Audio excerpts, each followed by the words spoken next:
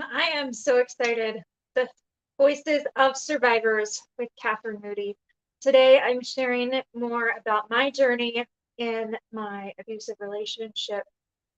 But really, this whole series of lives and interviews is about giving a voice to survivors and sharing a light, giving hope to those who might still be in the thick of it, and hope to those who are still healing. It's a long process. I'm still healing myself, but it is possible. And slowly by slow, like layer by layer, it is slowly getting there. One of my recent uncovering layers was accepting the fact that my marriage had and involved sexual abuse. So this one's gonna be triggering for a lot of people, most likely. I'm still like, I've put it off and put it off as long as I can, and now it needs to happen. I know that I need to share this because even if you don't think that you're in an abusive relationship, you might have this going on. So many red flags in my marriage. I met him online. He was a registered sex offender, and that should have been my first major flag to like cut communications. I'm sure there were flags before that I excused away, all in the name of being in love, because it wasn't actual love due to my past traumas. I didn't understand what real love really was, but that's another topic. So that should have been my first flag. But I excused it away because I believed the lies that he told me about the severity of those charges, and didn't find out till much later that they were much worse, and there were things that he didn't even get charged for.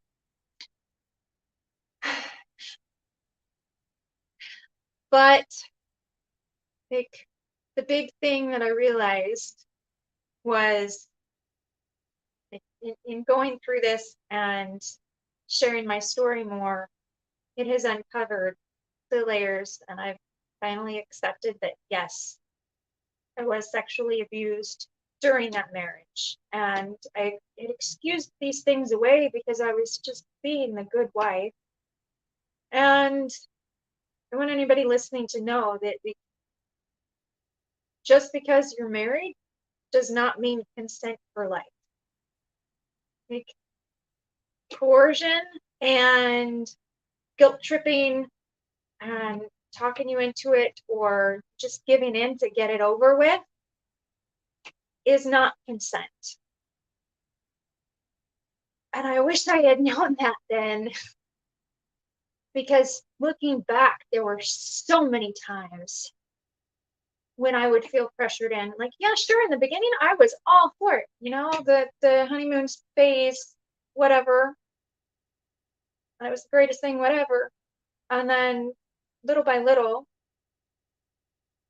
or actually, probably pretty quickly, actually, I realized I didn't enjoy it. And I felt kind of gross, honestly. And then after I started pulling away, of course, then he started with the guilt tripping and the manipulation. And really, then at that point, I was just like, okay, whatever, just get it over with. Because I was going to be a good wife, because that's, what wives do. No, it was wrong. And the sad part is that during our relationship, he was still actually on probation. And when he moved to the state that I was living in to be with me, the probation, like the laws there, they made them go to these group classes with a registered therapist. And I mean, I get it that she was his therapist. But when I brought these things up,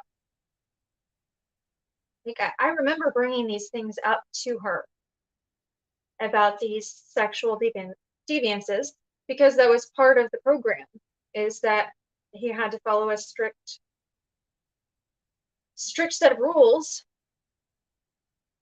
as far as, you know, sexual habits, because it's supposed to rehabilitate them and cure the deviances, or give them tools to not have to worry about it and reoffend. So at one point I did bring it up to her, and I remember her saying, I don't know if it was because I wasn't sure then, and the way I was saying it didn't come across to her, or because she was his therapist and she had to remain neutral, which I've learned is like a really big issue with couples counseling and narcissism. I recently read about that, because the therapist has to play neutral. But neutrality really only protects the abuser, and it does not serve the victim or the survivor at all. So she basically brushed it off, like, oh, so you think he was sexually abusing you? Like don't you? Like, I'm looking for validation here. Like, am I crazy? Because at that point, I really did think that I was crazy. Like, okay, well, I mean, I should be. He's my husband, so I should be sleeping in with him, right? But I mean, I should want to. And I'm going to give a caveat here, like, just because. Actually, no. Okay. So this is going to be a caveat for both partners and the one who's having the issues. So if you start out and you have a high libido and high sex drive and you're good, everything's great, and then suddenly it tanks, something is up.